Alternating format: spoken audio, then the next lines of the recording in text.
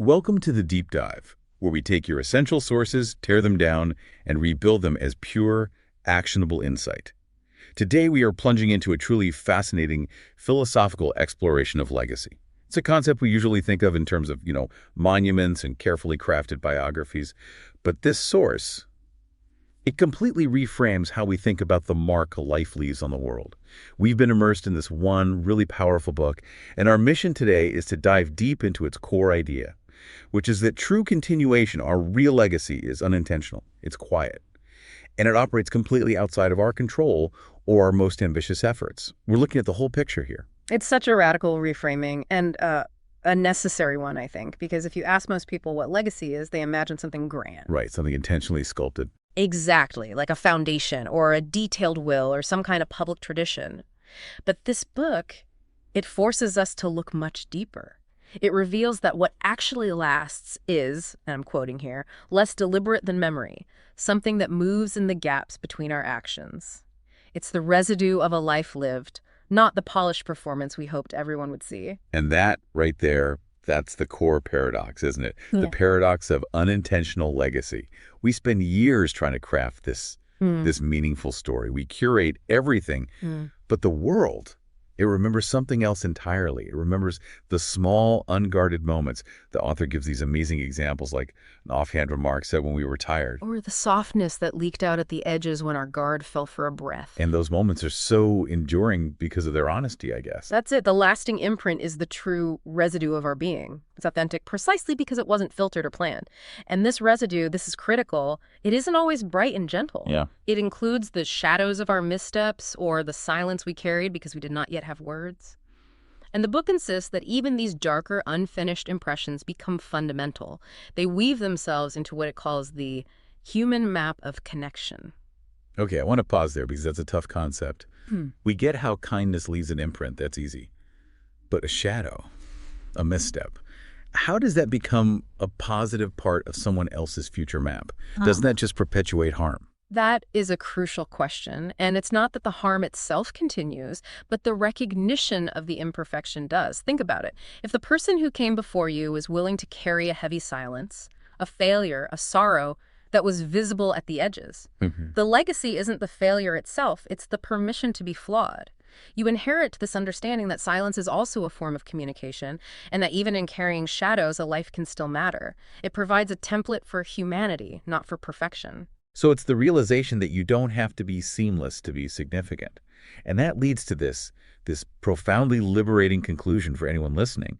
Because if that authentic residue is what truly matters, it means we don't need to strive to be remembered. Exactly. You don't need to force significance or perform success. Simply living in its ordinary daily rhythms, the way you answer a question, the way you make room for someone, that creates an inescapable imprint. Legacy, when you look at it this way, becomes a kind of quiet permission to just be, to trust that your resonance is already doing the work. Okay, let's unpack that. Let's get specific. If this imprint is so quiet and unintentional, how does it actually travel? How does it get from one person to another? Yeah. How does a life echo through just mundane daily acts? The book calls them tiny continuations. Right, and these are the small inheritances that are subtle enough to seem more like atmosphere than inheritance. They aren't lessons someone teaches you, they're absorbed unconsciously, just through proximity and observation. The book uses these incredible examples, like the quiet way someone folds a towel, or the specific rhythm of how they pause before answering a difficult question. It's like a muscle memory that isn't even your own. Precisely. The most poetic example is carrying forward a choice as simple as holding a cup with both hands decades later. A gesture that originated in a kitchen you never even entered, from an ancestor you barely recall. It's the persistence of a shape, not an instruction. And it feels familiar, even if you can't trace why.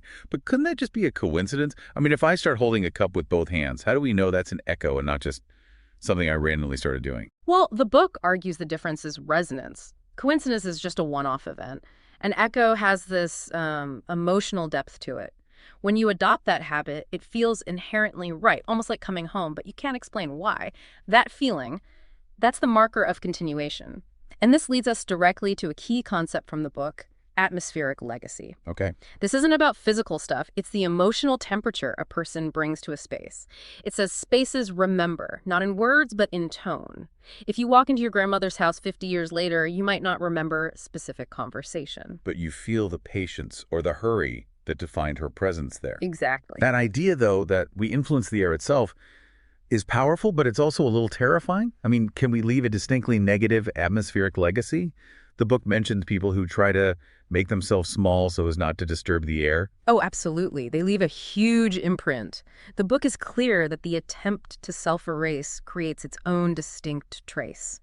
That quiet shaped by self-erasure carries its own weight. It leaves this palpable mark of avoidance or maybe humility that other people have to navigate. It's a negative space, but it's still a shape.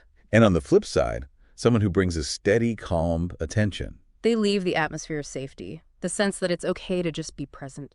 Let's shift that idea of atmosphere to sound, to auditory continuation.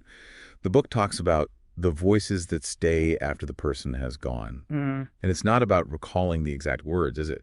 It's the emotional climate of the sound that stays with you. That's right. Some voices just, they settle into us, not as a memory, but as a kind of internal atmosphere that keeps speaking to us in moments of need or stress.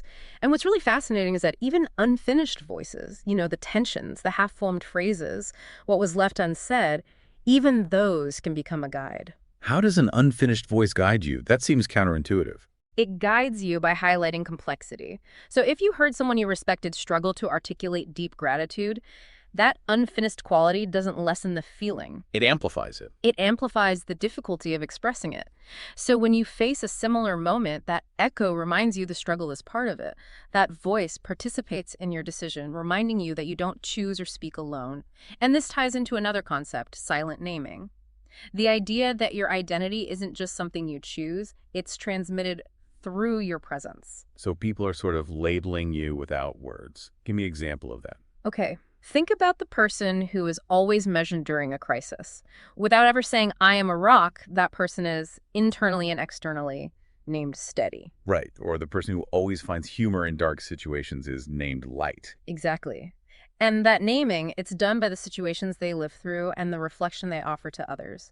It sets an expectation for you about the kind of person you are capable of being. That is a massive insight, that the world has already labeled us based on our atmosphere, regardless of how we see ourselves. Okay, let's pivot to how the deepest emotions continue.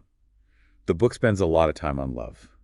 And what's fascinating here is that love, in this context, outlives the relationship itself. It just refuses to stay contained. The continuity of affection is probably the book's most hopeful claim. Love is seldom contained. It changes carriers.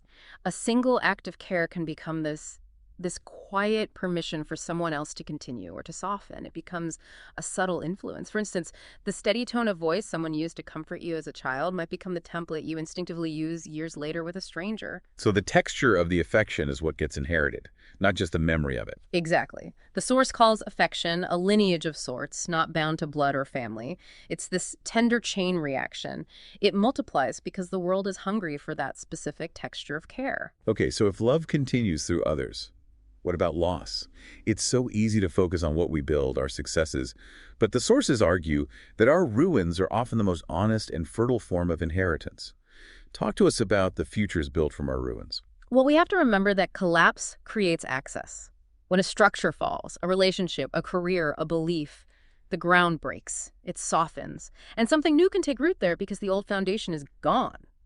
Ruins show what was never truly secure in the first place. But isn't that just romanticizing failure? If someone sees my career totally collapse, aren't they just inheriting the memory of a disaster? In the immediate sense, yes. But in the long view, they inherit resilience.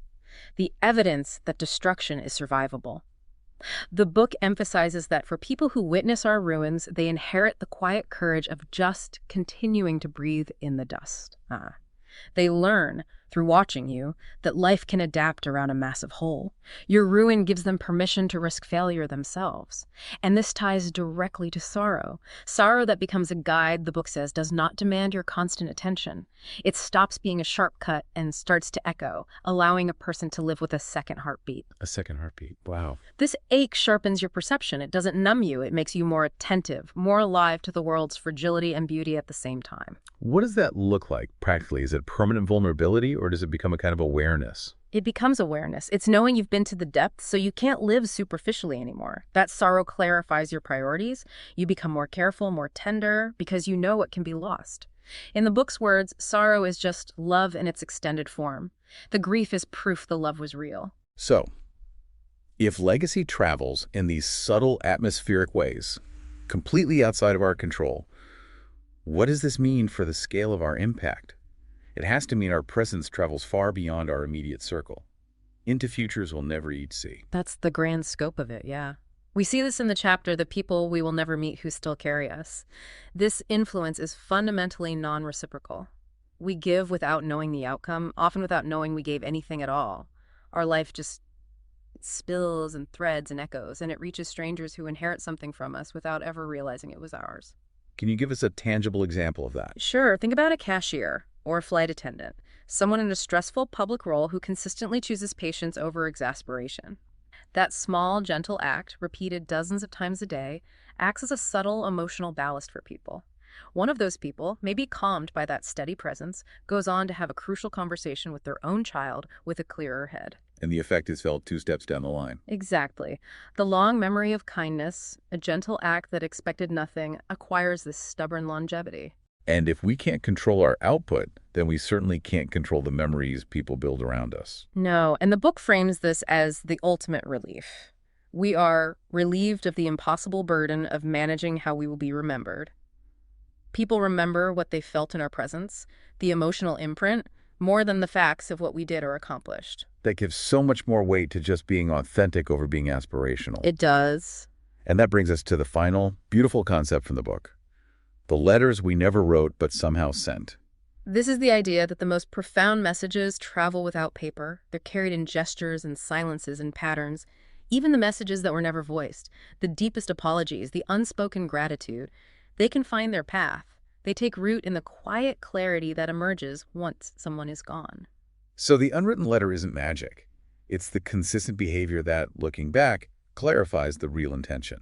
Exactly. Maybe the letter of gratitude you never wrote was actually sent every single time you showed up and listened fully. The consistent pattern was the message. The recipient gets the full meaning only when the pattern stops, and they realize the steady force they took for granted. The unwritten letter becomes a permanent shift in their understanding of loyalty. Wow, that really brings the entire philosophy full circle. So the ultimate takeaway for you, the listener, is clear. Legacy is not a grand performance. It's not an achievement. It is the subtle imprint of our being, left behind in the world without any striving. It is profoundly, deeply enough that you are here, living honestly. And when you stop trying to engineer your impact, you can see the deeper truth of it. Continuation without effort. What really matters is resonance. The echo of a life lived honestly is a steady force that remains woven into everything. So here's a final provocative thought for you to carry forward this week. The part of you that keeps walking on is already out there in the world. It's already shaping the past for someone you will never meet. Your presence continues, quietly, faithfully, through the hearts and gestures of those who felt you, even just for a moment.